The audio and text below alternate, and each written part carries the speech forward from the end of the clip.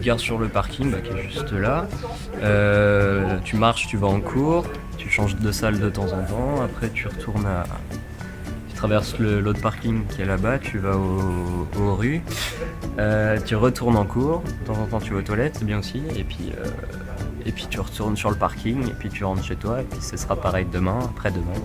Donc on a de très grands espaces verts, c'est vrai, c'est une chose, mais on n'a rien en fait pour les utiliser. En fait, on n'a pas de table pour manger, on n'a pas trop de bancs, donc au final, à part marcher en hiver dedans quand il y a de la boue et se poser éventuellement en été, on s'en sert pas. On n'a pas d'endroit où se retrouver. Si tu veux travailler en groupe, on te dit va à la BU. Non, la BU, dès que tu parles, on te vire. On n'a pas d'endroit pour faire se retrouver vraiment. Ce serait une sorte de grand endroit au centre où les gens pourraient échanger, se rencontrer. L'idéal, ce serait d'avoir un endroit où se réunir avec les personnes qu'on ne connaît pas, parce qu'il y a plein de formations. En plus idéal, ce serait des grands espaces où les gens puissent se retrouver, où on pourrait rien que bosser en groupe, ce qu'il faut, mais c'est vraiment parler, échanger.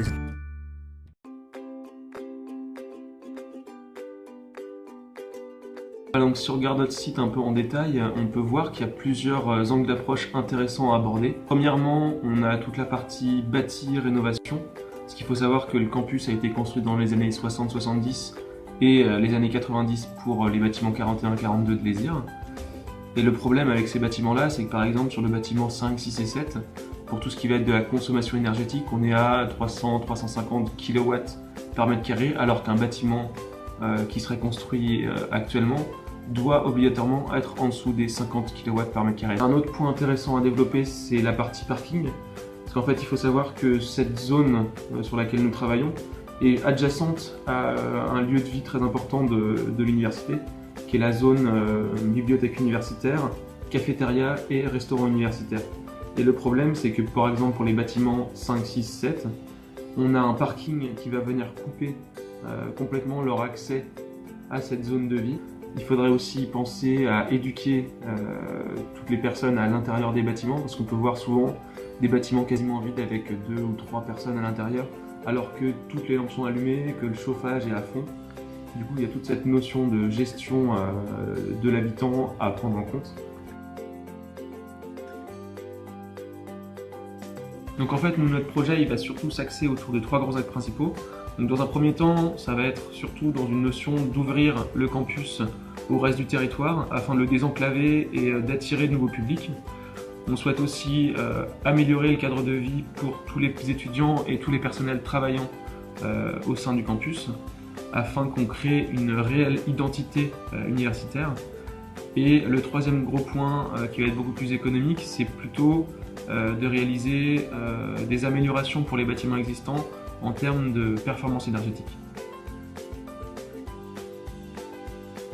Donc le projet bâti consiste dans la rénovation de l'enveloppe externe et interne des bâtiments.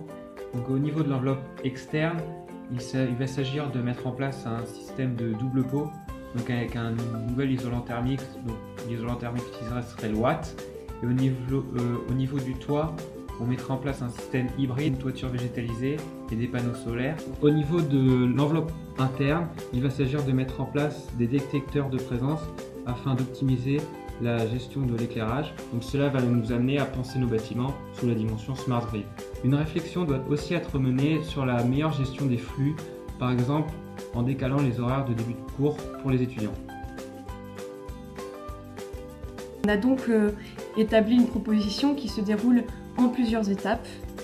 La première phase de notre projet souhaite en fait faire sauter quelques places de parking, tout simplement pour dans un premier temps installer un chemin qui relierait Lézire et le pôle chimie. Dans un deuxième temps, nous envisageons d'occuper seulement la moitié du parking afin d'y implanter du mobilier modulable pour que chacun puisse s'approprier comme il le veut l'espace, et également un potager. Le troisième temps de notre projet, cette fois-ci, implique donc la dernière moitié du parking sur lequel nous souhaitons implanter donc une structure. On ne parle pas de bâtiment, puisque c'est une structure totalement modulable qui peut être ouverte, qui peut être fermée selon les saisons, selon l'envie.